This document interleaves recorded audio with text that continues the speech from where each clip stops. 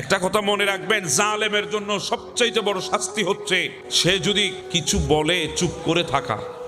হ্যাঁ, এটাই আমার নবীর শিক্ষা। আজকে তো আমরা নবীর শিক্ষা নিতে পারি নাই। আমার নবীর শিক্ষা, কেউ গালি দিলে গালি দিও না, কেউ তোমাকে লজ্জিত করলে তার বদলায় তাকে লজ্জিত করবে না। প্রতিশোধ নেওয়ার মতো তোমার কাছে সক্ষমতা আছে, কিন্তু প্রতিশোধ নেওয়ার চাইতে ক্ষমা করে দেওয়াই উত্তম। হ্যাঁ, হয়তো তোমার কষ্ট লাগতে পারে দিলে, হ্যাঁ হয়তো তোমার রাগ আসতে পারে তোমার দিলে, কিন্তু এই রাগটাকে যখন হজম করে তুমি ধৈর্য ধারণ করবা, তখন তোমার জন্য আল্লাহ বলেছেন ধৈর্যকারীদের জন্য অফুরন্ত নেকি বেগায়ের হিসাব নিয়ামত আল্লাহ দান করবেন। সুবহানাল্লাহ। একটু ধৈর্য ধারণ করতেই হবে আপনাকে আমাকে। একটা কথা মনে রাখবেন, আল্লাহর দরবারে সিজদা দেওয়ার মতো নিয়ামত পৃথিবীর জমিন আর কিছুই নাই। কারণ বান্দা যখন মুনিবের দরবারে সিজদা দেয়, তখন আমার আল্লাহ এত বেশি বান্দার কাছে আসে, অন্য সময় এত কাছে আমার আল্লাহ থাকেন না। সুবহানাল্লাহ। সিজদা দিলে বান্দার সাথে মুনিবের দূরত্ব দূর হয়ে যায়। সিজদার মধ্যে রব বান্দার পাশে চলে আসে। এজন্য কষ্টে পড়লে সিজদা দেওয়ার জন্য চেষ্টা করবেন, সিজদা দেওয়ার অভ্যাস করবেন, কারণ সিজদার মধ্যে হাজারো সমস্যার সমাধান হয়ে যায়। আমার নবী সিজদা দিয়েছেন, আমার নবী সিজদা পড়েছেন মালিকের দরবারে। জানি না আমার আল্লাহর কেমন লাগছিল যখন আমার নবী সিজদা দিয়েছিলেন, কারণ সবচেয়ে বেশি মুহাব্বত তো নবীকে করে। ওই মুহাব্বতের মানুষ যখন সেই রবকে সিজদা দেয়, আমার রবের কুদরতের অন্তর কেমন করে একবার চিন্তা করেন। সিজদা দিয়েছে, হঠাৎ ওই কাফেরদের উকবা সে নারী বুড়ি এনে আমার নবীর কাঁধের উপর চাপিয়ে দিয়েছে। আমার নবী চুপ করে আছেন, কোনো কথার উত্তর দিচ্ছে না। আমার নবী তাওয়াফ করছিলেন। আমার নবী যখন তাওয়াফ করছিলেন খানায়ে কাবা, হঠাৎ করে কাফের আমার নবীকে গালি দিতে দিতে যখন আমার নবী কোনো জবাব দিচ্ছে না, রাগান্বিত হয়ে তারা আমার নবীর উপরে ঝাঁপিয়ে পড়েছে। আমার নবীর গলার মধ্যে রুমাল দিয়ে এমনভাবে দুই পাশ থেকে টেনে ধরেছে, আমার নবীর জিহ্বা বের হয়ে গেছে। সাইয়েদনা আবু বকর সিদ্দিক, আমার নবীর কলিজার টুকরা প্রেমিক, সহ্য করতে পারে নাই। তিনি দৌড় দিয়ে এসে আমার নবীকে জড়িয়ে ধরে আমার নবীকে সেভ করলেন। সেভ করে আমার নবীকে সরিয়ে দিয়েছে। কাফেরদের ভেতরে রাগ চলে এসেছে, তারা আর থামে নাই। সিদ্দিকে আকবর আবু বকর সিদ্দিকের উপরে তাদের হাজারো রাগ উড়িয়ে দেওয়ার জন্য তারা আক্রমণ শুরু করে দিয়েছে। আমার নবীর প্রেমিক হযরতে বেলাল হাবশী রাদিয়াল্লাহু তাআলা, ইনি ওই মুলকে শামের মধ্যে আকাশের দিকে তাকিয়ে আছেন। এক রাতে আকাশের দিকে যখন তাকিয়ে আছে, হঠাৎ ইনার কাছে মদিনার কথা মনে পড়েছেন।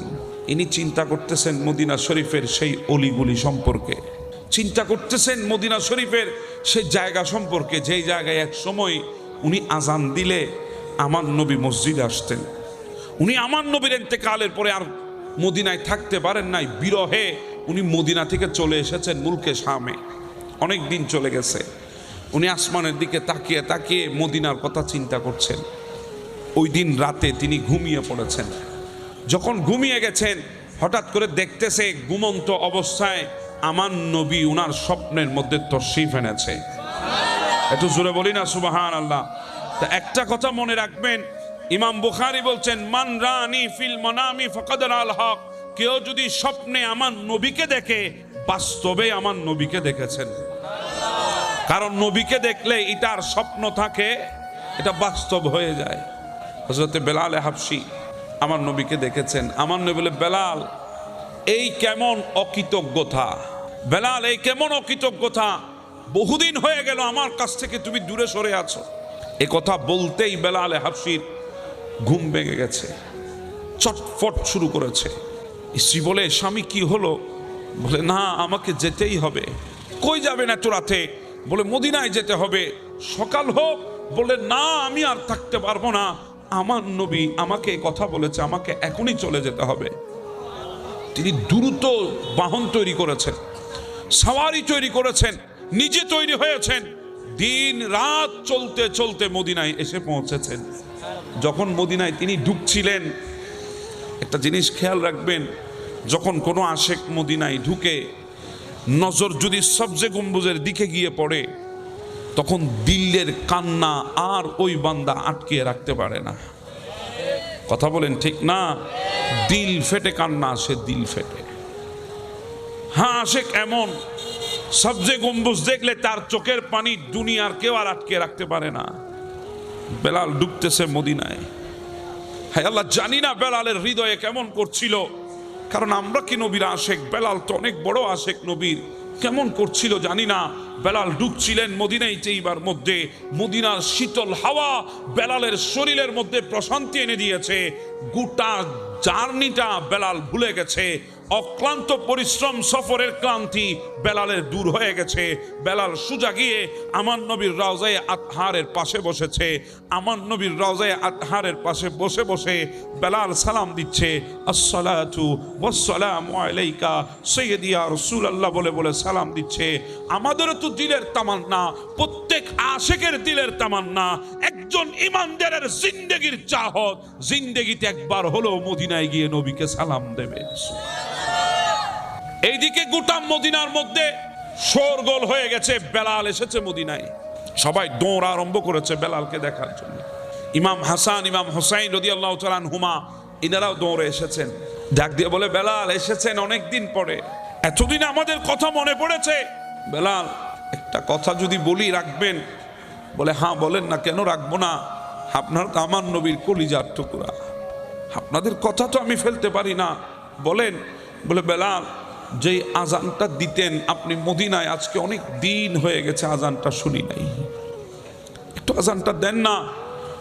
বেলাল বলে, আমি নবী যেদিন দুনিয়া থেকে চলে গেছে, মদিনা ছেড়ে চলে গেছি, ওই দিন থেকে আর কোনোদিন আজান দিই নাই। আজকে যখন আপনারা বলছেন আমাকে দিতে হবে, কারণ আপনারা আমার নবীর কলিজার টুকরা, দুনিয়ার কথা ফেলতে পারবো, আপনাদের কথা ফেলা যাবে না, আমি আজান দেব। বেলাল দাঁড়িয়ে আজান দেওয়া শুরু করেছে। আমার নবীর ইন্তেকালের পরে মদিনায় ভাই এমন আর কোনোদিন কান্নার রোল পড়ে নাই। যেই দিন বেলাল আজান দিচ্ছিল, গোটা মদিনার ঘরে ঘরে মদিনার মেয়েদের চোখের পানি পর্যন্ত আসমান জমিন কেঁপেছে। বেলাল আজান দিচ্ছে। যখন আজান দিতে দিতে আশহাদু আন্না মুহাম্মাদুর রাসূলুল্লাহ বলছে, তখন বেলাল ডানে তাকায়, বামে তাকায়। কারণ বেলাল যখন আজান দিত মসজিদ নববীর মধ্যে, তখন আমার নবী আশহাদু আন্না মুহাম্মাদুর রাসূলুল্লাহ বললে আমার নবী মসজিদের মধ্যে তশরিফ আনতেন। বেলাল আমার নবীকে দেখতেন। আজকে বেলালের জুবানে আশহাদু আন্না মুহাম্মাদুর রাসূলুল্লাহ চলছে, কিন্তু ডানে বামে নবীকে দেখছে না। বেলাল কাঁদতে কাঁদতে কাঁদতে বেহুশ হয়ে জমিনের মধ্যে পড়ে গেছে। বেলাল বেহুশ হয়ে গেছে। হ্যাঁ, এটাকে বলা হয় প্রেমিকের যেই দিওয়ানার দিওয়ানা, ভালোবাসা, মোহাব্বত, যেই বিরহ সহ্য করতে পারে না প্রেমিক। যেদিন বেলাল দুনিয়া থেকে চলে যাচ্ছিলেন, স্ত্রী জিজ্ঞাসা করেছিল, বেলাল আপনি চলে যাবেন, আপনি হাসতেছেন কেন মওতের বিছানায়? বলি, সিরে এতদিন কাটিয়েছি, যেই প্রেমিকের বিরহে আজকে দুনিয়া থেকে যাচ্ছি, তার সাথে আমার সাক্ষাৎ হওয়ার দিনের জন্য হাসতেছি। সুবহান। আমার নবীর একজন সাহাবীর নাম ছিল আব্দুল্লাহ। নাম কি? আব্দুল্লাহ। আমার নবীর হুজরায়ে মোবারকার মদিনার মধ্যে এসে গভীর রাতে বসে আছে দরজায়। দরজা যখন বসে আছে, আমার নবীর দরজার মধ্যে আঘাত করছে না। রাত গভীর হয়েছে, নবীকে কষ্ট দিতে চাই না, কিন্তু আমার নবী টের পেয়েছেন ঘরের বাহিরে দরজার কিনারে কেউ যেন বসে আছে। আমার নবীর দরজা খুলেছেন। আমরা কি নবীর প্রেমিক? আমার নবীর সাহাবী দেখেন আব্দুল্লাহ পরনের মধ্যে একটা টুকরো কাপড় শুধু, আর কোনো কাপড় পরনে নাই। এমনভাবে পরনের কাপড়টা আছে, উনি যদি সোজা হয়ে দাঁড়াতে যায় ওনার সতর দেখা যাবে। উনি গুজু হয়ে, আমার নবী যখন দরজা খুলেছেন গুজু হয়ে নবীর সামনে দাঁড়িয়েছেন, গায়ের উপর কোনো কাপড় নাই। আমার নবী বলে, কে তুমি? বলে, হুজুর আমি আব্দুল্লাহ। আব্দুল্লাহ, কোত্থেকে এসেছো? বলে, মক্কা থেকে। কোন আব্দুল্লাহ তুমি? বলে, ইয়া রাসূলুল্লাহ আমি ছিলাম আব্দুল উজ্জা, আমার নাম ছিল। বাবা মারা গেছে ছোটকালে, মা কুলে পেটে আমাকে মানুষ করেছে। মা দ্বিতীয় বিবাহে বসে নাই আমার জন্যে। আমার মা দ্বিতীয় বিবাহ করে নাই, নিজের যৌবন বিসর্জন দিয়েছে আমার জন্যে। কারণ আমার সৎ বাবা যদি আমাকে যদি মোহাব্বত না দেখায়, আমার জিন্দেগি বরবাদ হয়ে যাবে। সেজন্যে মা আমার দিকে তাকিয়ে জিন্দেগি কোরবান করে দিয়েছে। ইয়া রাসূলুল্লাহ, চাচার কোলে পেটে করে মানুষ হয়েছি, চাচা লালন পালন করেছে, খুব দেখতে পারে আমার চাচা আমাকে। ইয়া রাসূলুল্লাহ, আমি যখন বড় হয়েছি আমার চাচার মেষের পাল, বকরির পালগুলো আমি দেখাশোনা করতাম, আমার চাচার সম্পদ আমি দেখাশোনা করতাম, চাচাও খুব মহাব্বত করেছে। ইয়া রাসূলুল্লাহ, একদিন মক্কার পাহাড়ের রাস্তা দিয়ে আমি আমার ছাগলের পাল নিয়ে যাচ্ছিলাম, হঠাৎ আপনি আসতেছিলেন, আমি একটু করে আপনার চেহারা দেখেছি, ইয়া রাসূলুল্লাহ, আমার দিলের মধ্যে ভূমিকম্প শুরু হয়ে গেছে। আমার দিলের মধ্যে এমন এক ধড়কন শুরু হয়েছে, আমি আমার ওই দিলের ধড়কনকে আমি থামাতে পারছি না। ইয়া রাসূলুল্লাহ, আপনি তো চলে গেছেন, কিন্তু আপনার চেহারাটা আমার চোখের সামনে বাসতে আরম্ভ করেছে। রাতে ঘুমাইতে পারি না, দুপুরে খাইতে পারি না, শুধু ওই চেহারাটা বাসে। ইয়া রাসূলুল্লাহ, আমি টেনশনে পড়ে গেছি, চিন্তায় পড়ে গেছি, এমনটা যদি চলতে যায় আমি তো আমাকে সামলাতে পারবো না। এখন আমি আপনাকে কই পাই, আপনাকে আমি চিনতাম না, আপনার নামও জানতাম না, এখন আমি কি করি? আপনাকে গোপনে গোপনে মক্কার অলিতে গলিতে খুঁজা আরম্ভ করেছি। ইয়া রাসূলুল্লাহ, খানায় কাবার পাশে দারুল আরকানে বসে বসে আপনি যখন আপনার সাহাবীদেরকে, উম্মতদেরকে যখন দ্বীনের শিক্ষা দিতেন, আমি সেখানে গিয়ে জানলার উকি দিয়ে দাঁড়িয়ে দাঁড়িয়ে আপনার চেহারা দেখতাম। রাত হলে শুধু অপেক্ষা করতাম কখন সকালটা হবে, আমি কখন গিয়ে আমার নবীর চেহারা দেখব। ইয়া রাসূলুল্লাহ, সময় অতিবাহিত হয়েছে, একদিন আপনার কাছে এসে আর পারছি না আপনাকে ছাড়া থাকতে, আপনার কাছে এসে কলমা পড়ে দিয়েছি, আপনি আমাকে কলমা পড়িয়েছেন। নাম ছিল আব্দুল উজ্জা, আপনি নবী নাম রেখেছেন আব্দুল্লাহ। সুবহানাল্লাহ। ইয়া রাসূলুল্লাহ, আপনি তো চলে এসেছেন মদিনায়, আমি আসতে পারি নাই, কারণ এখনো চাচাকে বলি নাই, মাকে বলি নাই, আসবো কিভাবে, কি জবাব দেব? ইয়া রাসূলুল্লাহ, আপনি যখন চলে এসেছেন আমি আর মক্কাতে থাকতে পারি না। ইয়া রাসূলুল্লাহ, অলিতে গলিতে আপনাকে খুঁজে বেড়ায়, আপনার চেহারা দেখি না। ইয়া রাসূলুল্লাহ, আমার প্রেমের বিরহের আগুনে যখন আমি জ্বলে পুড়ে ছারখার হচ্ছিলাম, আমার মা আমাকে জিজ্ঞাসা করেছে, বাবা তোর কি হয়েছে, তুই এমনটা করছিস কেন? বলে, মা আমি জিন্দেগির চাইতে একজনকে বেশি মুহাব্বত করেছি। বলে, কে সে? বলে, তিনি হচ্ছেন মুসলমানের নবী, আমি ওনাকে দেখে মুহাব্বত করেছি, ওনার কলমা পড়ে দিয়েছি। মা, উনি তো মদিনা, মক্কা ছেড়ে মদিনায় চলে গেছে, আমি তো নিজেকে আর সামলাতে পারছি না। সুবহানাল্লাহ, আমি কি করব? দেখবেন মা তো সন্তানের কষ্ট কখনো সহ্য করতে পারে? মা বলে, বাবা ঠিক আছে, যা তুই মদিনা চলে যা, আমি আমার হক মাফ করে দিয়েছি, তুই আমার কথা চিন্তা করিস না, তুই চলে যা, কারণ আমি সব সহ্য করতে পারবো, তুই আমার চোখের সামনে এভাবে তিলে তিলে মরবি, আমি সহ্য করতে পারবো না।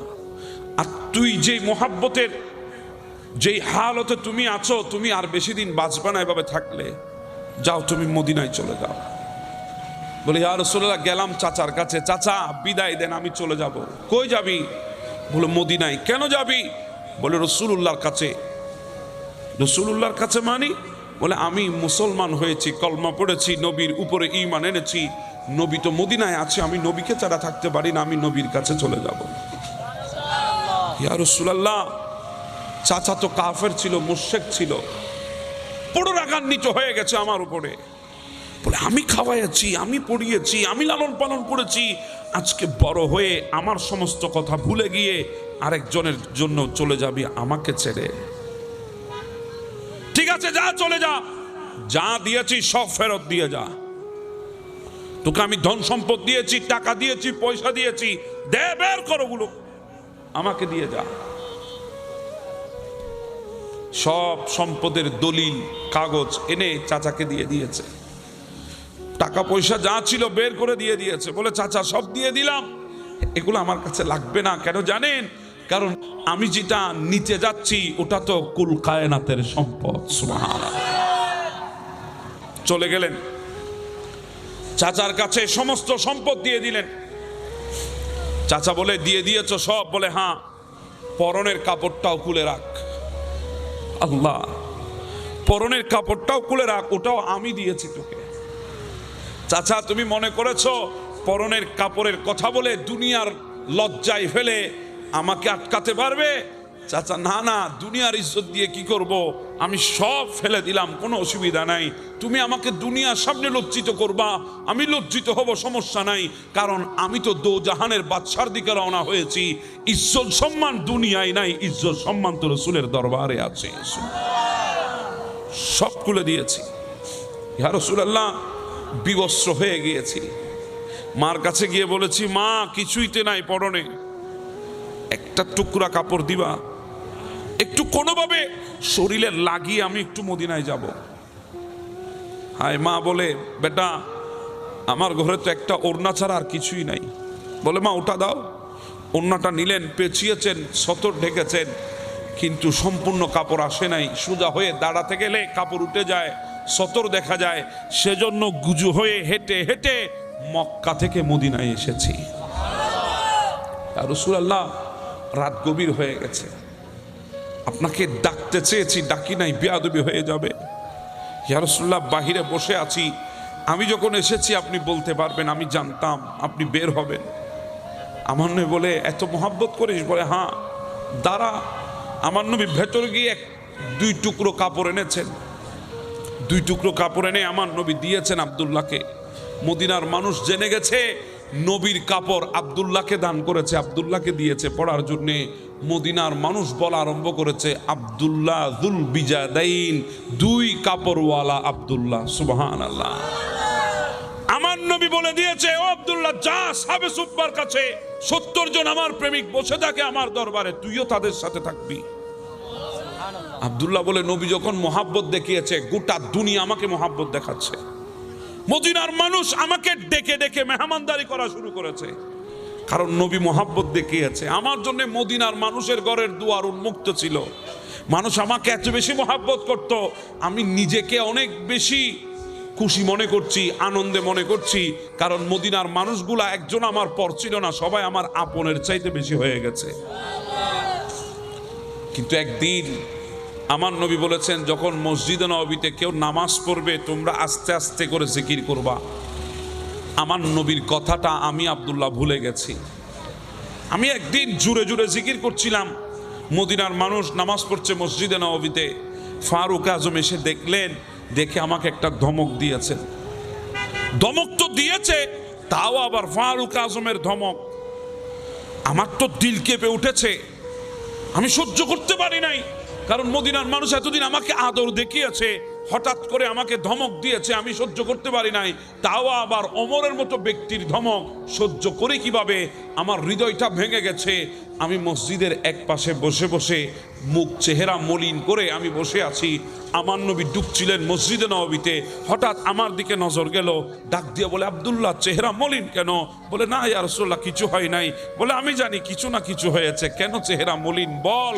ব্যথা তো হৃদয়ে লেগেছে, হৃদয়ের ব্যথা দুনিয়ার কেউ বুঝে না, আমি নবী ঠিকই বুঝি। সুবহানাল্লাহ। বল আমারে বল কি হয়েছে?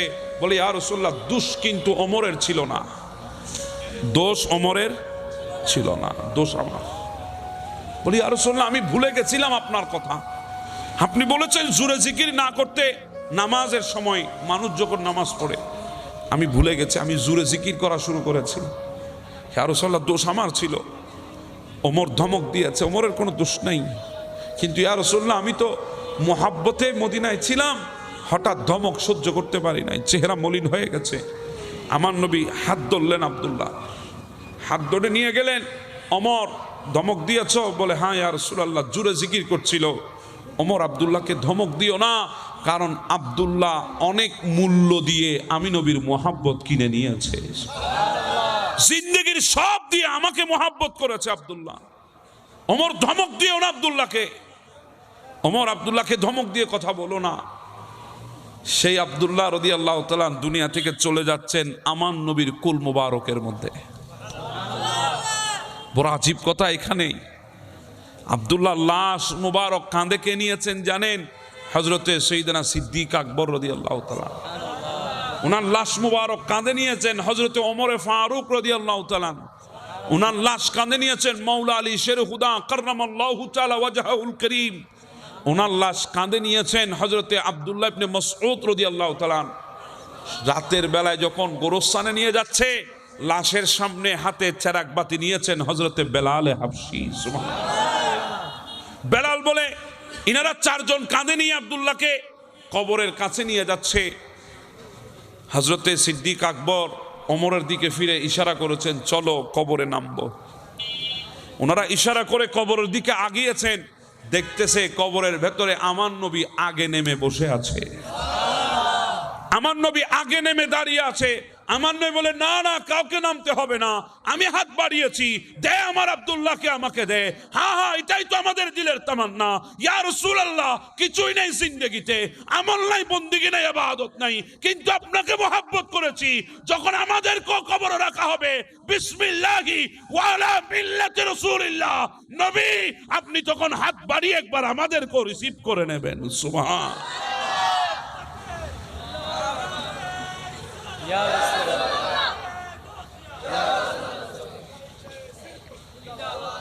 এটা ছাড়া তো আমাদের দিলের আর কোনো তামান্না নাই। কথা বলেন ঠিক না?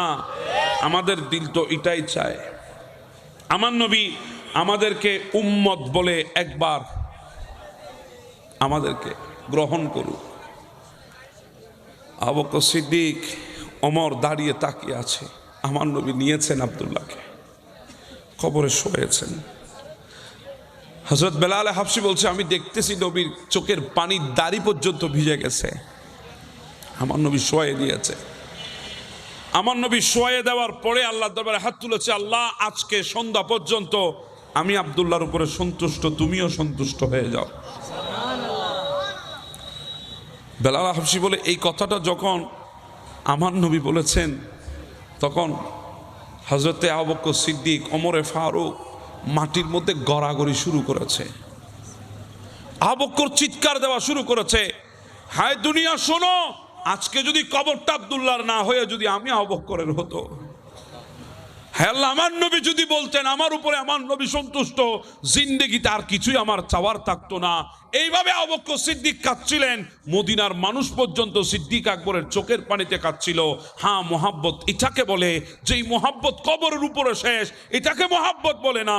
মোহাব্বত তো কঠিন মুসিবতে যিনি আমাদের কাছে থাকবেন, পাশে থাকবেন, আমাদেরকে ছাড়া এক সেকেন্ডের জন্য সরবেন না, সেটাকে বলা হয় মোহাব্বত। কদ্দুর করতে পেরেছি জানি না, কিন্তু ওই নবী আমাদেরকে মোহাব্বত করেছে কখন জানেন? যখন আমরা দুনিয়ায় আসি নাই, যখন আমাদের আগমন হয় নাই, আমরা দুনিয়া বলতে কিছুই চিনতাম না। ১৫০০ বছর আগে আমাদেরকে মোহাব্বত করে সেই নবী চোখের পানি ফেলেছেন, আমাদেরকে মোহাব্বত করে সেই নবী সিজদা দিয়েছেন, আমাদেরকে মোহাব্বত করে রব্বি হাবলি উম্মত বলেছেন, আমাদেরকে মোহাব্বত করে আল্লাহর দরবারে সিজদা পড়েছে, কদম পর্যন্ত ফুলিয়ে ফেলেছে। একমাত্র আমাদেরকে মোহাব্বত করে আমরাও যদি মোহাব্বত করি, তাহলে আমাদের জিন্দেগির মধ্যে সেই নবীর সুন্নতের দরকার আছে না নাই? আওয়াজে বলি, আছে না নাই? নবীর সুন্নত তরিকা অনুসরণ করার মাধ্যমে আমাদেরকেও মোহাব্বত প্রকাশ করা লাগবে। কথা বলেন ঠিক না বেঠে? আজকে তো আমরা নবীর সুন্নত তরিকায় নাই, আমরা তো আজকে জিন্দেগি নিয়ে চিন্তা করতেছি শুধু। কথা বলেন ঠিক না? আমরা জীবন নিয়ে চিন্তা করছি। আপনার জীবনে যখন নবীর সুন্নত থাকবে না, তখন আপনার জীবনে কষ্টগুলা আপনার কাছে পাহাড়ের মতো মনে হবে। আর নবীর সুন্নত তরিকা যদি আপনার ভেতরে থাকে, জীবনের কষ্টগুলো আপনার কাছে নিয়ামত মনে হবে। সুবহানাল্লাহ বলবেন না? তা কথা মনে রাখবেন, জীবনের কষ্টগুলা কাউকে বোঝানো যায় না, হৃদয়ের অশান্তি কাউকে দেখানো যায় না। আপনি কাউকে দেখাইতে পারবেন না, কাউকে শোনাইতে পারবেন না ওই জীবনের কষ্ট। শুধু এক জায়গা আছে যেখানে ওই জীবনের কষ্টগুলা বললে আপনার কষ্টগুলা রহমতে পরিবর্তন হয়। এজন্য মাঝে মাঝে একাকিত্বকে নিয়ামত মনে করবেন। একাকিকে কি মনে করবেন? আপনি তো এখন টেনশনে পড়ে যান, মানুষ আমাকে দূরে সরিয়ে দিচ্ছে, আমি একাকী হয়ে যাচ্ছি। মনে রাখবেন, একাকিত্বের মধ্যে নিয়ামত আছে, একাকিত্বের মধ্যে নিয়ামত আছে। কারণ যত একাকী থাকবেন, তত আপনি মানুষের গীবত থেকে মুক্ত থাকবেন, আপনি গুনাহ থেকে মুক্ত থাকবেন। আর এই একাকীকে আপনি আল্লাহর দরবারে ইবাদত বন্দেগীর মাধ্যমে অতিবাহিত করার চেষ্টা করেন, কারণ আল্লাহ আপনাকে একা করে আল্লাহ নিজের করে নেওয়ার জন্য চাচ্ছে, আপনাকে নিজের কাছে টানতেছে আল্লাহ একা বানিয়ে। আর সেই একাকিত্বকে আপনি নিয়ামত হিসাবে গ্রহণ করে আপনি ওই একাকিত্ব অবস্থায় আল্লাহর দরবারে সিজদা দেওয়ার অভ্যাস করেন, যেই সিজদার মাধ্যমে আপনার জীবনের হাজারো কষ্ট মুহূর্তে শেষ হয়ে যাবে, মুহূর্তে দূর হয়ে যাবে জীবনের কষ্ট। আপনি জীবনের মায়া, জীবনের প্রতি মায়া দরদ আপনার দেখা দেবে। আপনি মনে করবেন জীবন মানে নিয়ামত, জীবন মানে আল্লাহর রহমত।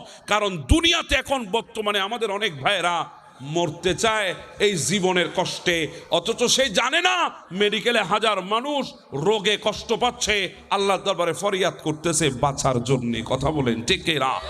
জীবনটা অনেক সুন্দর যদি আপনি নিজের হাতে করতে পারেন। আপনি যদি রাসূলুল্লাহর সুন্নত দিয়ে যদি জীবনটাকে গড়তে পারেন তাহলে জীবন অনেক সুন্দর। আপনি তো আজকে আত্মহত্যার পথ বেছে নেন, আছে না নাই? একটু কষ্টে পড়লে আপনি নিজেকে নিজে শেষ করার সিদ্ধান্ত নিয়ে নেন। আপনি একবারও চিন্তা করেন না যে জিন্দেগিতে কষ্ট এসেছে এটা তো অল্প কিছু দিনের জন্য, এগুলো আপনি চলে যাবে। আর জীবনের মধ্যে কষ্ট থাকবে, এটা জীবনের একটা পার্ট। কষ্ট এটা জীবনের একটা অংশ, একটা পার্ট, এটা থাকবে। আপনি মনে করছেন কোটি টাকার মানুষ যিনি, তার কাছে কষ্ট নাই, খবর নিয়ে দেখেন রাতে ঘুমাইতেও পারে না। কথা বলেন না ভাই?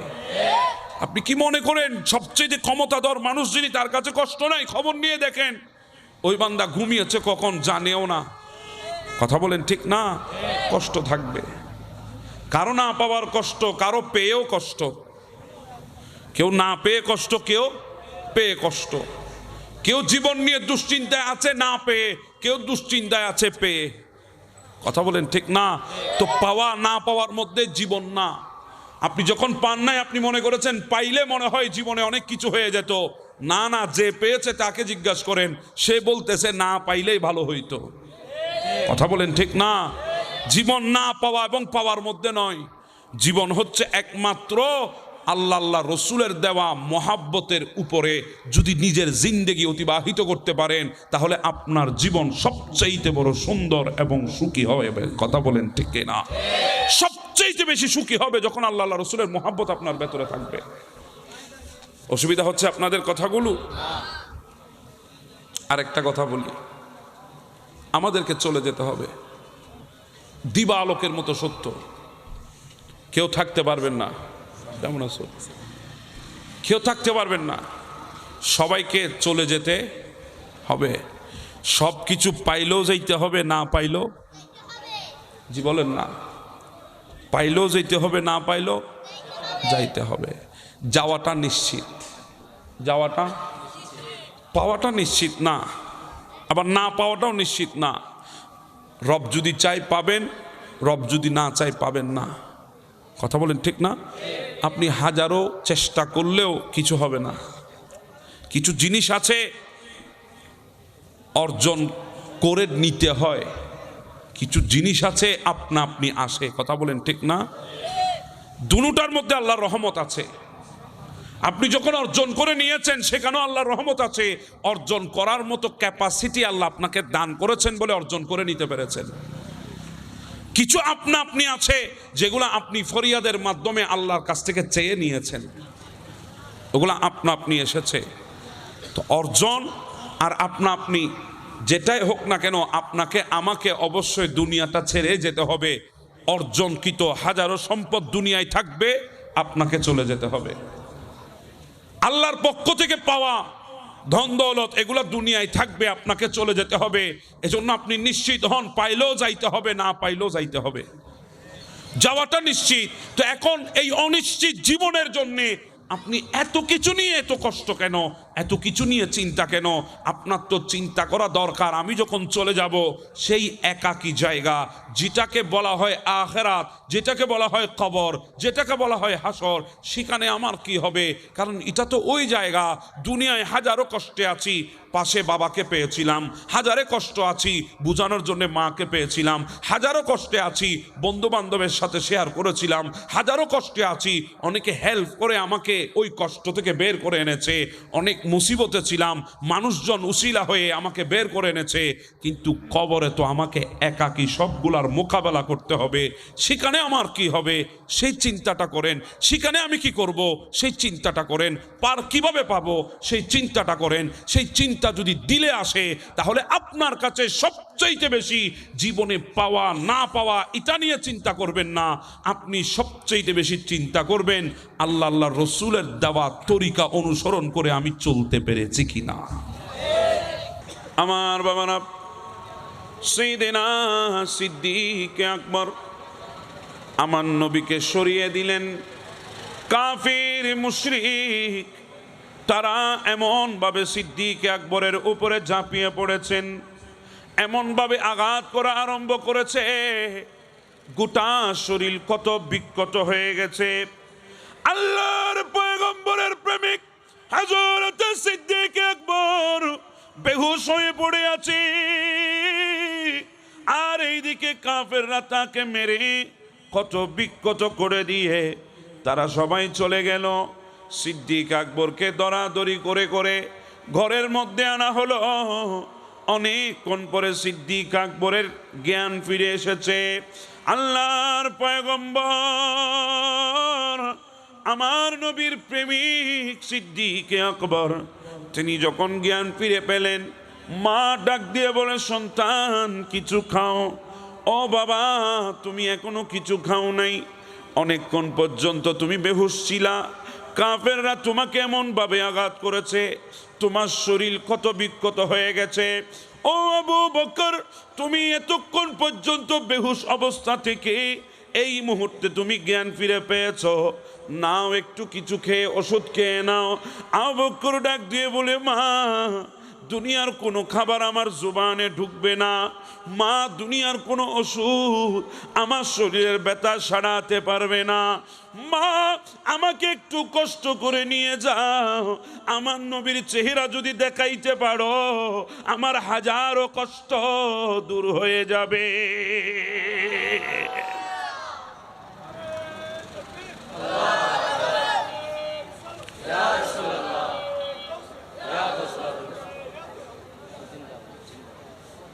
হ্যাঁ, এটাকে বলা হয় ভালোবাসা। ওই বলছিলাম, দেখলেই হয়ে যায়, কিছু চাওয়ার থাকে না, কিছু পাওয়ার আশা থাকে না, কোনো উদ্দেশ্য থাকে না, এটাকে বলা হয় ভালোবাসা। আর এটাই একমাত্র আছে হালাল রিলেশনের মধ্যে। কথা বলেন ঠিক না?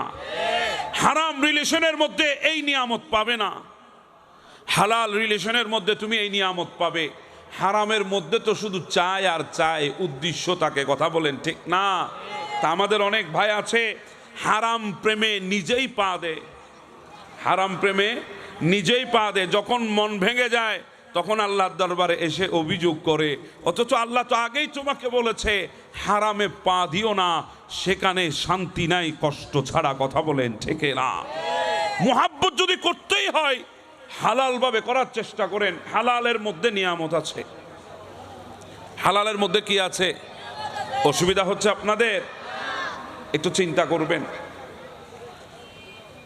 সিদ্দিক আকবর বলে, মা আমাকে নিয়ে যাও, দেখলে আমার কষ্ট দূর হয়ে যাবে। নিয়ে যাওয়া হলো সিদ্দিক আকবরকে।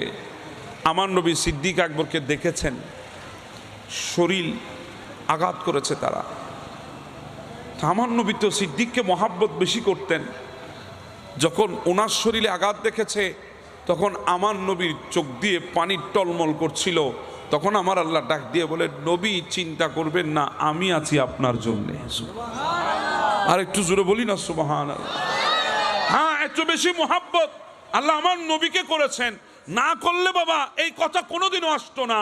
যখন আমার নবী ওই মদিনায় তেইবার মসজিদে জুল কিবলাতাইনের মধ্যে আমার নবী যখন নামাজে দাঁড়িয়েছেন জোহর কিংবা আসরের, আমার নবী নিয়ত করে 2 রাকাত পড়ার পর আমার নবী যখন চেহারায় আনোয়ার আসমানের দিকে তুলছিলেন, আমার আল্লাহ ডাক দিয়ে বলছিলেন, ইয়া রাসূলুল্লাহ, ইয়া রাসূলুল্লাহ, কাদ নারা তাকাল্লুবা ওয়াজহিকা ফিস সামা, আপনার চেহারা আসমানে উঠতেছে, আমি আল্লাহ দেখতেছি, যতবার দেখি ততবার ভালো লাগতেছে। সুবহানাল্লাহ। নবী আপনার চেহারা আমি দেখতেছি, আমার ভালো লাগতেছে। নবী আপনি কি চান সেটাও আমি জানি। নবী আপনার যেদিকে ইচ্ছা সেদিকে আপনি ফিরে যান, কিবলাতান তারদাহা, যেদিকে ইচ্ছা সেদিকে ফিরে যান। আমার নবী তখন খানায়ে কাবার দিকে ফিরে গেছেন, আল্লাহ মুহূর্তে খানায়ে কাবাকে কিবলা বানিয়ে দিয়েছেন। কতটুকু মোহাব্বত আল্লাহর হৃদয়ে আমার নবীর জন্য, চিন্তা করেন। এবার যদি বলি সাহাবীদের মোহাব্বত কেমন নবীর বেলায়, আমরা তো আজকে মোহাব্বতের মানুষ চিনলাম না, কথা বলেন ঠিক না? আমরা এখন মোহাব্বত করি ওই দুনিয়া পাওয়ার জন্যে, দুনিয়ার জন্যে মোহাব্বত আমাদের, দুনিয়ার পেছনে মোহাব্বত আমাদের। সেজন্য জিন্দেগি আজকে আমাদেরকে অনেক সময় বাস্তবতার সামনে দাঁড় করিয়ে দেয়। জীবন এটা একটা বিশ্ববিদ্যালয়, জীবন এটা সবচাইতে বড় বিশ্ববিদ্যালয়, মনে রাখবেন। বাস্তবতা সবচাইতে বড় শিক্ষক আমাদের জন্যে, কারণ জীবন আপনাকে শিখিয়ে দেয় যেই জীবন নামের বিদ্যালয়ে কোনো টিচার নাই, শিক্ষক নাই। শিক্ষক ছাড়া মানুষ জীবনের শ্রেষ্ঠ জ্ঞান অর্জন করতে পারে, কথা বলেন ঠিক কিনা? শ্রেষ্ঠ শিক্ষা পেয়ে যায় মানুষ ওই জীবন নামে বিদ্যালয় থেকে। কারণ এই জিন্দেগিতে আল্লাহ রসুলের বিরুদ্ধে যদি যান তাহলে জিন্দেগিতে কোনোদিন শান্তি পাবেন না। আর আল্লাহ রসুলের পক্ষে থাকলে দুনিয়া আপনাকে গণবে না, দুনিয়া আপনাকে গরিব বলবে, দুনিয়া আপনাকে তুচ্ছ তাচ্ছিল্য করবে, কিন্তু নবীর মোহাব্বত যদি দিলে থাকে আপনাকেই দুনিয়া শ্রেষ্ঠ বানিয়ে দেবে। কষ্ট হচ্ছে আমার কথাগুলো শুনতে? বলছিলাম আমার নবীর প্রেমিক, হায় আল্লাহ, হযরতে বেলাল হাবশী রাদিয়াল্লাহু তাআলা, ইনি ওই মুলকে শামের মধ্যে আকাশের দিকে তাকিয়ে আছেন। এক রাতে আকাশের দিকে যখন তাকিয়ে আছে, হঠাৎ ইনার কাছে মদিনার কথা মনে পড়েছেন। কিসের কথা? মদিনার কথা মনে পড়েছে। ইনি চিন্তা করতেছেন মদিনা শরীফের সেই অলিগুলি সম্পর্কে, চিন্তা করতেছেন মদিনা শরীফের সেই জায়গা সম্পর্কে, যেই জায়গায় এক সময় উনি আজান দিলে আমার নবী মসজিদে আসতেন। উনি আমার নবীর ইন্তেকালের পরে আর মদিনায় থাকতে পারেন নাই, বিরহে উনি মদিনা থেকে চলে এসেছেন মুলকে শামে। অনেক দিন চলে গেছে, উনি আসমানের দিকে তাকিয়ে তাকিয়ে মদিনার কথা চিন্তা করছেন। ওই দিন রাতে তিনি ঘুমিয়ে পড়েছেন। যখন ঘুমিয়ে গেছেন, হঠাৎ করে দেখতেছে ঘুমন্ত অবস্থায় আমার নবী উনার স্বপ্নের মধ্যে তশরিফ এনেছে। একটু জোরে বলি না সুবহানাল্লাহ। তা একটা কথা মনে রাখবেন, ইমাম বুখারী বলছেন, মান রানি ফিল মানামি ফাকাদ রাল হক। কেউ যদি স্বপ্নে আমার নবীকে দেখে, বাস্তবে আমার নবীকে দেখেছেন।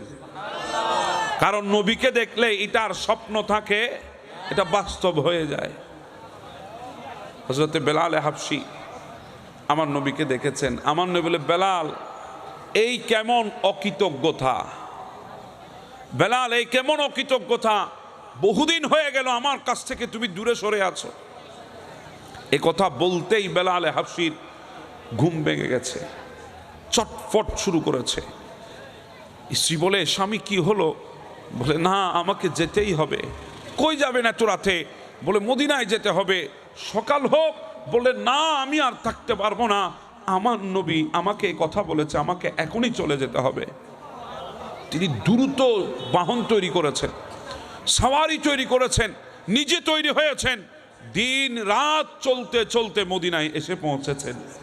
যখন মদিনায় তিনি ঢুকছিলেন, একটা জিনিস খেয়াল রাখবেন, যখন কোনো আশেক মদিনায় ঢুকে নজর যদি সবজে গম্বুজের দিকে গিয়ে পড়ে, তখন দিলের কান্না আর ওই বান্দা আটকিয়ে রাখতে পারে না। কথা বলেন ঠিক না? দিল ফেটে কান্না আসে, দিল ফেটে। হ্যাঁ, আশেক এমন, সবজে গম্বুজ দেখলে তার চোখের পানি দুনিয়ার কেউ আর আটকে রাখতে পারে না। বেলাল ডুবতেছে মদিনায়।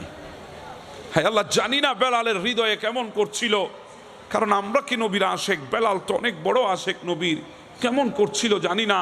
বেলাল ঢুকছিলেন মদিনায় এইবার মধ্যে, মদিনার শীতল হাওয়া বেলালের শরীরের মধ্যে প্রশান্তি এনে দিয়েছে।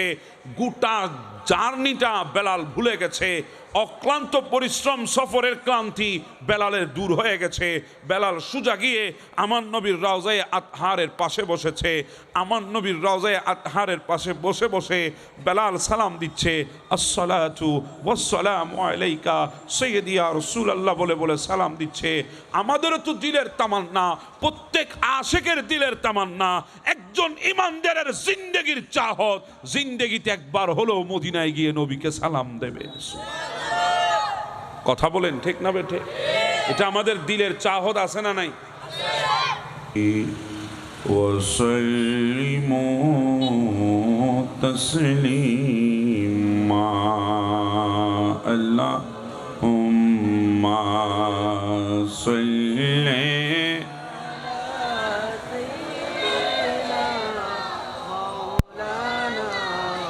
মুহাম্মাদ ওয়া আলা আলি সাইয়্যিদিনা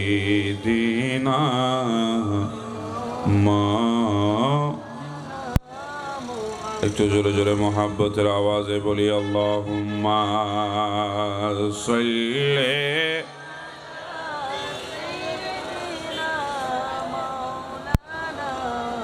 মুহাম্মাদ ওয়া আলা আলি সাইয়্যিদিনা।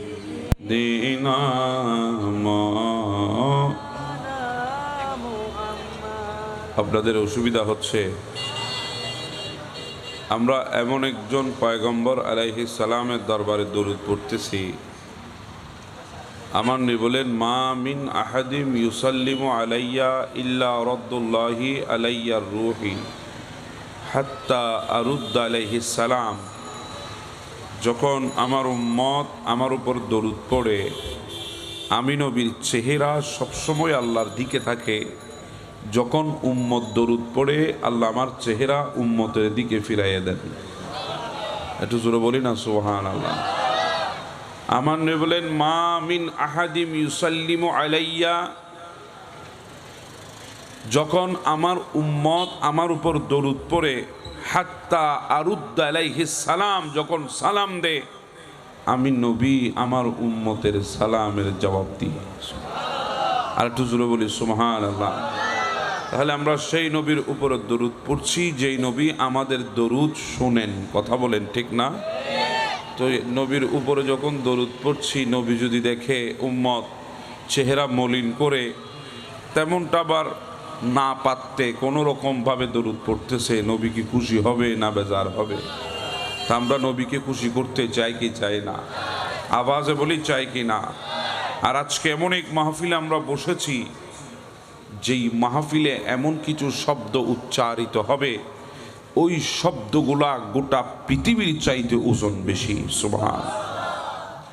যে আপনারা সুবহানাল্লাহ বলতেছেন, আমার নবী বলে, উম্মত যখন কিয়ামতের ময়দানে তোমরা উপস্থিত হবে, ওখানে আমাদের আমলগুলা ওজন দেওয়ার জন্য একটা মিজান থাকবে, যেখানে আমল কি দেওয়া হবে? ওজন দেওয়া হবে। উম্মত জিন্দেগিতে তেমন কোনো আমল নাই মিজানের পাল্লাকে ভারী করার জন্যে, কিন্তু আলহামদুলিল্লাহি ওয়া সুবহানাল্লাহি তামলাউল মিজান। তুমি দুনিয়ায় যদি সুবহান আল্লাহর আলহামদুলিল্লাহ বলেছ, ওই শব্দগুলা তোমার মিজানের পাল্লাকে ভারী করে দেবে। সুবহান। সবাই জানে, বাচ্চা বাচ্চা জানে শব্দগুলা। সুবহান আল্লাহ জানে না এমন কোনো বাচ্চা আমাদের সমাজে নাই। আলহামদুলিল্লাহ জানে না এমন কোনো বাচ্চা আমাদের সমাজে নাই, সবাই জানে। কিন্তু ওই শব্দগুলো আমরা অনেক সময় নজরান্দাজ করে আমরা না পড়ে চলে যাই, ছোট শব্দ মনে করি, কিন্তু ওই শব্দগুলার ওজন এত বেশি, মিজানের পাল্লা ভারী হয়ে যায়। সুবহানাল্লাহ। বলেন, পৃথিবীর আসমান থেকে জমিন পর্যন্ত কোন বিজ্ঞান, কোন আবিষ্কার, কোন স্যাটেলাইট, কোন ব্যক্তিকে এখনো পৌঁছাতে পেরেছে? আগামীতে পৌঁছানোর কোনো সম্ভাবনা আছে না। যদি বলেন কেন? কারণ আমার নবী বলেন, জমিন থেকে আসমান পর্যন্ত 500 বছরের রাস্তা। কয়শো বছর? আপনাদের কাপ্তাই রাস্তার মাথা থেকে এই পর্যন্ত কেউ যদি হেঁটে আসে, তার চাইতে গাড়িতে যে আসবে সে দ্রুত আসবে। কথা বলেন ঠিক না? কারণ জায়গার দূরত্ব নির্ভর করে বাহনের উপরে। আপনি হেঁটে আসলে সময় লাগবে বেশি, যদি আপনি অটোরিকশাতে আসেন সময় লাগবে হাঁটার চাইতে কম। যদি আপনি সিএনজিতে আসেন তাহলে সময় অটোরিকশার চাইতে আরও কম লাগবে। আপনি যদি দামি গাড়িতে আসেন তাহলে ওই সিএনজির চাইতে আরও কম লাগবে। কথা বলেন ঠিক না? বাহনের উপরে নির্ভর করে দূরত্ব। আমার নবী বলে জমিন থেকে আসমান পর্যন্ত 500 বছরের রাস্তা কোন বাহনে গেলে, কোন স্পিডে গেলে। আমার নবী বলে যদি কোনো জিনিস উপরের দিকে 1,86,000 মাইল স্পিডে কোনো জিনিস যদি উপরে যায় তাহলে 500 বছর লাগবে আসমানে পৌঁছাতে। কয়শো বছর লাগবে? সম্ভব? সেকেন্ডে 1,86,000 মাইল স্পিডে যাওয়ার কোনো বাহন কি এখন আবিষ্কার হয়েছে? এখনো কোনো বাহন আবিষ্কার হয় নাই। ধরে নিলাম আবিষ্কার হলো, যে যাবে সে কি 500 বছর হায়াত পাবে? জি বলেন না। যাওয়াটা আমাদের জন্য অসম্ভব। কথা বলেন ঠিক না? আমার নয় বলে উম্মত তুমি পৌঁছাতে পারবে, তুমি যেতে পারবে।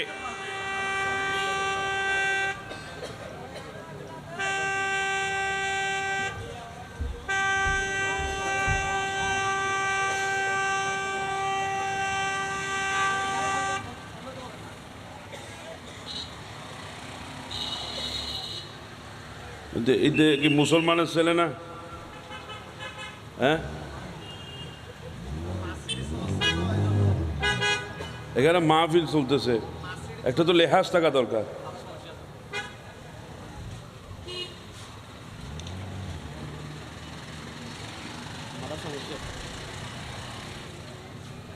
কোন সময় কই যাই ফরি মরি বসে থাকা আল্লাহ বেহতর জানে। বেয়াদবের একটা লিমিট আছে। তুমি লাখপতির সন্তান, তুমি ক্ষমতাবানের সন্তান, তোমার মতো হাজারো সন্তান গোরস্থানে মাটির নিচে দাফন হয়ে আছে। কোন সময় কোথায় মরবা এটা কেউ জানে না। স্বভাবে দোয়া নেওয়ার চেষ্টা করেন, চরিত্রে দোয়া নেওয়ার চেষ্টা করেন, না হলে রাস্তায় কুকুরের মতো মরতে হবে। বেয়াদব কোথাকার, কই কোথায় কি দিতে হবে সে জানে না। আল্লাহ সমস্ত বেয়াদব থেকে আমাদেরকে হেফাজত করুন।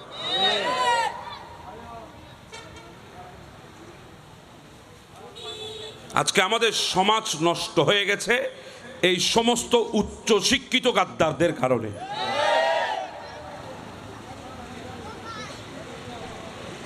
এখানে একটা নবীর দ্বীনের মাহফিল চলতেছে, গাড়ি ঘোড়া চলবে, এটা রাস্তা, অসুবিধা নেই। আমি একটু হরন দেওয়ার সময়, যাওয়ার সময় আমাকে একটু আদব লেহাজ রেখে যেতে হবে। এটা নবীর মজলিস, সেটা আপনি রাস্তা মনে করলে হবে না। এটা এখন জান্নাতের বাগান হয়ে গেছে। এটা রাস্তা নাই, এটা এখন জান্নাতের বাগান হয়ে গেছে।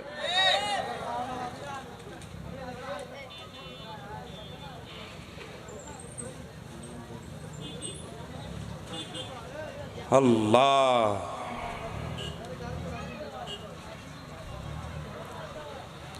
তো বলছিলাম আমার নয় বলে উম্মত তুমি পৌঁছাতে পারবে। তুমি কি করতে পারবে? পৌঁছাতে পারবে। আপনারা আমার দিকে তাকান, আমার দিকে তাকান। বুঝছে মুসিবত বেগিন তোরা আসাম মায় গিলে করতে পারবে, কেন গরম মানুষ।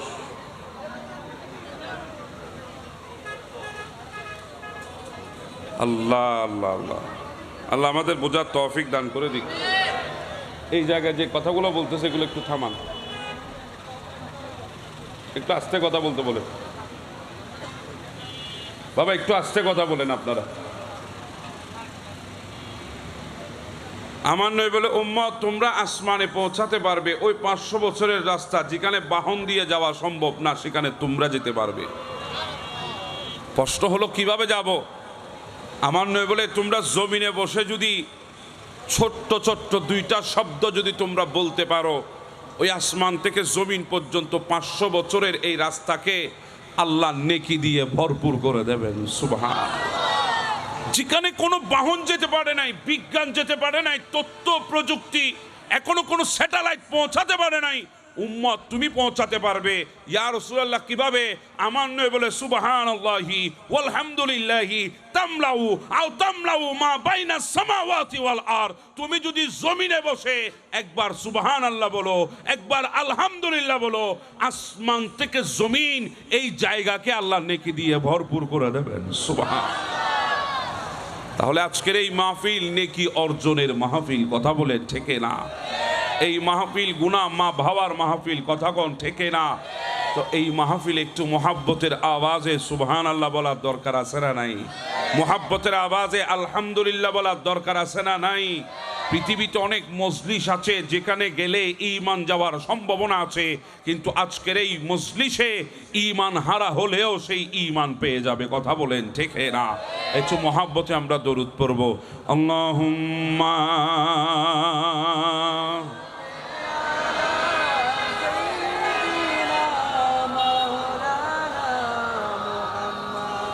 وعلى آل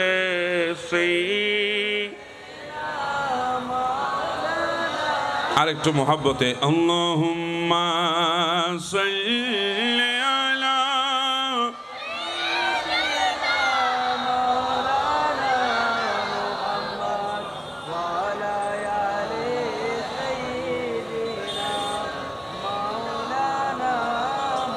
जश्न-ए मीलादुन्नबी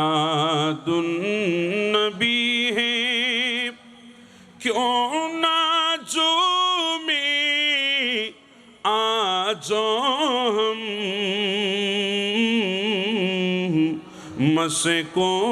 मस्कुराती है बाहरी सब फज़ा पर नूर है।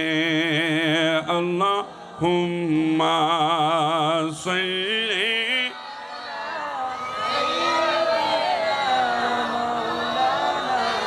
मुहम्मद व अला आले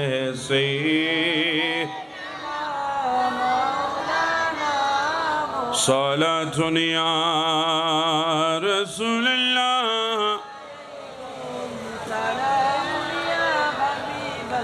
ऐसी कुदरत ने तेरी सूरत सवारी या रसूल, दोनों आलम को हुई है शक्ल प्यारी या रसूल। सलातुन या रसूलल्लाह। हस्बी रब्बी जल्लल्लाह मा फी क़ल्बी गैरुल्लाह, नूर मुहम्मद सल्लल्लाहु बोलो ला इलाहा इल्लल्लाह, बोलो ला इलाहा। हस्बी रब्बी जल्लल्लाह मा फी क़ल्बी गैरुल्लाह, नूर मुहम्मद सल्लल्लाहु बोलो ला इलाहा, बोलो ला इलाहा इल्लल्लाह। तेरे सदके में आका दोनों जहां को दीन मिला, बेदीनों ने कलमा पढ़ा, बोलो ला इलाहा इल्लल्लाह, बोलो ला इलाहा इल्लल्लाह। हस्बी रब्बी जल्लल्लाह मा फी क़ल्बी नूर मुहम्मद सल्लल्लाहु बोलो ला इलाहा। सिमत नबी बू जहल गया आका से उसने ये कहा, गर हो नबी बतलाओ ज़रा मेरे मुट्ठी में है क्या। सिमत नबी बू जहल गया आका سے اس نے یہ کہا گر ہو نبی بتلاؤ ذرا میرے موٹی میں کیا آقا کا فرمان ہوا اور فضل رحمان ہوا موٹی سے پتھر بولا بولو لا الہ الا اللہ بولو لا الہ الا اللہ حسبی ربی جل اللہ ما فی قلبی غیر اللہ نور محمد بولو لا الہ ارے محبت لا الہ اپنی بہن سے بولے عمر اپنی بہن سے بولے عمر یہ تو بتا کیا کرتی تھی میرے آنے سے پہلے کیا چپ کے پڑھتی تھی اپنی بہن سے بولے عمر یہ تو بتا کیا کرتی تھی میرے آنے سے پہلے کیا چپ کے پڑھتی تھی بہن نے جب قرآن پڑھا سن کے کلام پاک الہ دل عمر کا بولے اٹھا بولو لا الہ الا اللہ بولو لا الہ الا اللہ حسبی ربی جل اللہ ما فی قلبی غیر اللہ نور محمد صلی اللہ بولو لا الہ بولو لا الہ لا الہ الا اللہ محمد رسول اللہ সবাই বলি মারহাবা আরো জোরে অধ্যকার ঐতিহ্যবাহী ধূপপুল দক্ষিণ বুড়িশ্বর হাটহাজারী চট্টগ্রাম ধূপপুল চৌধুরী মার্কেট কাপ্তাই রোড সংলগ্ন আল আনফাল যুব সংগঠনের ব্যবস্থাপনায় পবিত্র ঈদে মিলাদুন নবী সবাই বলি সাল্লাল্লাহু আলাইহি ওয়াসাল্লাম ও জশ্নে গোসল ওয়ারা উদযাপন উপলক্ষে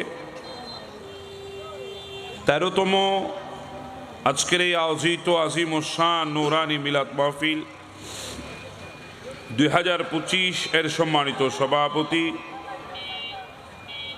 হযরত মাওলানা নুরুল গনি আজাদি কাদেরি মুদ্দা জিল্লুল আলী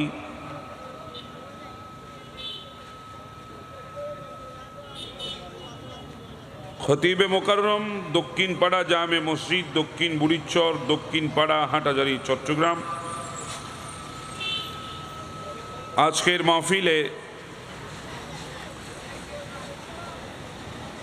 প্রধান আকর্ষণ আমার পরপরই আপনাদের সামনে যিনি তশরিফ রাখবেন সুন্নিয়তের বলিষ্ঠ কণ্ঠস্বর বিশিষ্ট আলেমে দ্বীন মুজাহিদে মিল্লাত হাজার যুবকের হৃদয়ের স্পন্দন হযরতুল আল্লামা জনাবে মাওলানা শেখ সৈয়দ মোহাম্মদ মুকাররম বারি সাহেব কিবলা মুদ্দা জিল্লুল আলী বিশেষ করে আমার পূর্বে তকরির পেশ করেছেন সুদূর পটুয়াখালী থেকে আগত সুন্নিয়তের বলিষ্ঠ কণ্ঠস্বর হযরত মাওলানা মোহাম্মদ মাহমুদুল হাসান আল মারুফ বারাকাল্লাহু ফি হায়াতি। আজকের মাহফিলে নাতে রসুল পরিবেশন করেছেন হাফেজ মোহাম্মদ মহিম, হাফেজ মোহাম্মদ জমিরুদ্দিন সহ আমার ডানে এবং বামে অসংখ্য হযরত উলামা ইকরাম, হুজ্জাজ ইকরাম, হুফাজ ইকরাম, বিশেষ করে আমার সামনে বসা দিনদার, ইমানদার, পরহেজগার, মুত্তাকি আমার রসুলের উম্মতেরা, বাবার বয়সী মুরব্বীরা, সমবয়সী বন্ধুরা, স্কুল, কলেজ, ইউনিভার্সিটি, মাদ্রাসার মেধাবী শিক্ষার্থী ভাইয়েরা, পর্দার অন্তরালে ওয়াজ ও নসিহত শ্রবণের উদ্দেশ্য অবস্থানরত মা ও বোনেরা, কচি কাঁচা কলিজার টুকরা সোনামণিরা, ইন্তেজামিয়া কমিটির সকল সদস্য ভাইয়েরা, বাবারা, আসসালামু আলাইকুম ওয়া রাহমাতুল্লাহি তাআলা ওয়া বারাকাতুহু। সর্বপ্রথম মহান রব্বুল আলামিনের আলিশান দরবারে শুকর আদায় করছি, যিনি আমাদেরকে আজকের এই পবিত্র রজনীতে, আজকের এই আজিম ও শান নূরানি মাহফিলে আমাদেরকে আসার বসার সুযোগ, তৌফিক, তাকত, হিম্মত যিনি দান করেছেন,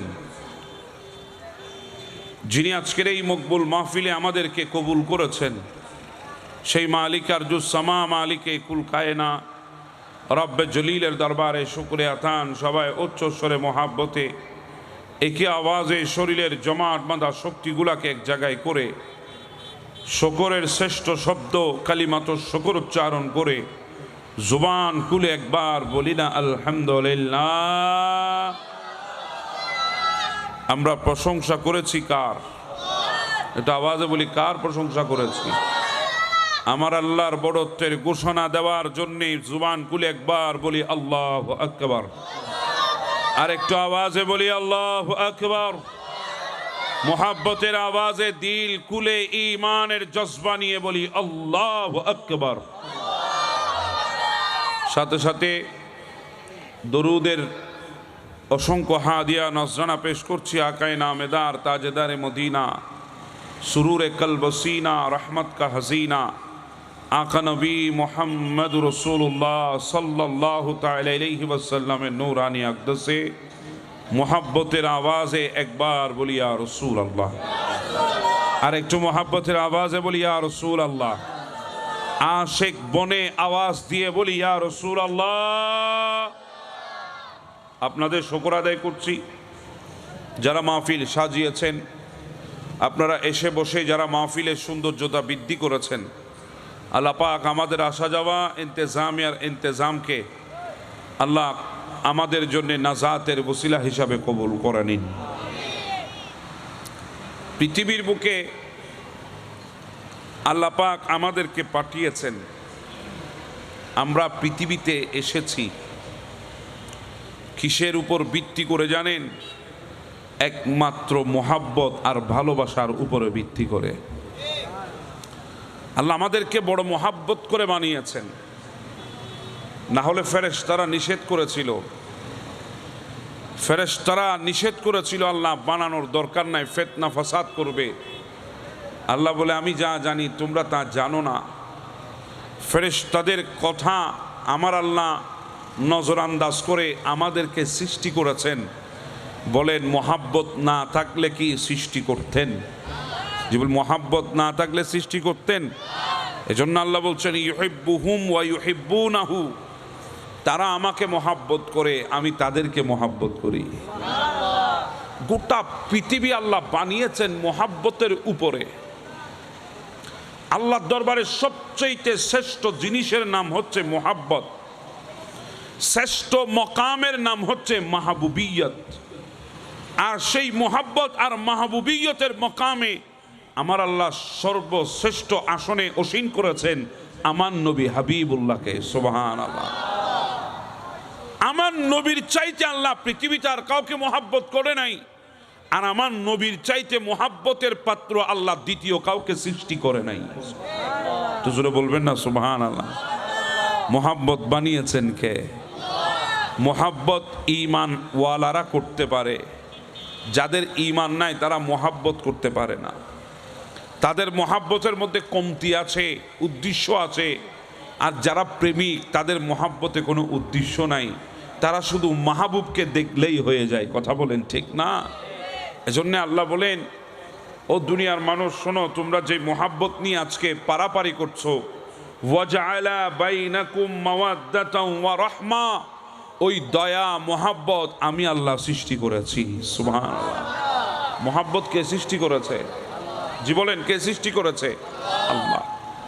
আর আল্লাহর মোহাব্বত, আল্লাহ সবচেয়ে বেশি মোহাব্বত আমার নবীকে করেছেন। কাকে করেছেন? নবীকে। কতটুকু মোহাব্বত করেছেন জানেন? অসুবিধা হবে আমার কথাগুলো শুনতে আপনাদের। আপনারা তো অনেক কষ্ট করে এসেছেন মাহফিলে, কথাগুলো একটু দিল দিয়ে শোনার চেষ্টা করবেন, কারণ আমাদের মুরব্বীরা আমাদেরকে বলতেন কথা মন দিয়ে শোনো। কিছু বলেন না, কথা কি দিয়ে শোনো? মন দিয়ে। কান আছে শোনার জন্য, মনের কথা কেন আসতো? কারণ কানে শোনা কথা কানে বের হয়, আর যে কথা একবার দিলে বসে যায় ওই কথা জিন্দেগি তার বের হয় না। কথা বলেন ঠিক না? সেজন্যে আমাদের মুরব্বীরা বলতেন মন দিয়ে কথা শোনো। তা আপনারা একটু মন দিয়ে শোনার চেষ্টা করবেন, কারণ কষ্ট করে এসেছেন আপনারা। আপনাদের কষ্ট আমি জানি, আমি আপনাদের কষ্ট সম্পর্কে গাফেল নয়, আমি জানি কত কষ্ট করে আপনারা বসেছেন। আপনারা তো এখানে বসার মানুষ না, আপনারা তো অনেক দামি মানুষ, আপনারা চেয়ারে বসার মানুষ, আজকে ফ্লোরে বসে গেছেন। আমাদের সমাজে এমন কোনো ঘর নাই যেখানে কোন চেয়ার নাই। কথা বলেন ঠিক না? আমরা সবাই নিজ নিজ ঘরে চেয়ারম্যান। কথা বলেন ঠিক না? ঠিক। আমরা সবাই নিজ নিজ ঘরে চেয়ারম্যান, সবার ঘরে চেয়ার আছে। কিন্তু আজকে আপনারা এখানে বসে গেছেন, আমার জন্য বসেন নাই, একমাত্র আল্লাহ আল্লাহ রসুলের মোহাব্বতে বসেছেন। হ্যাঁ, এটার নাম ঈমান। যারা আল্লাহ আল্লাহ রসুলের মোহাব্বতে ব্যক্তিত্বকে বিসর্জন দিয়ে জমিনে বসে যেতে পারে, তাদের হৃদয়ে এখনো ঈমান আছে। কথা বলেন ঠিক না? আপনারা রসুলের মোহাব্বতে বসেছেন।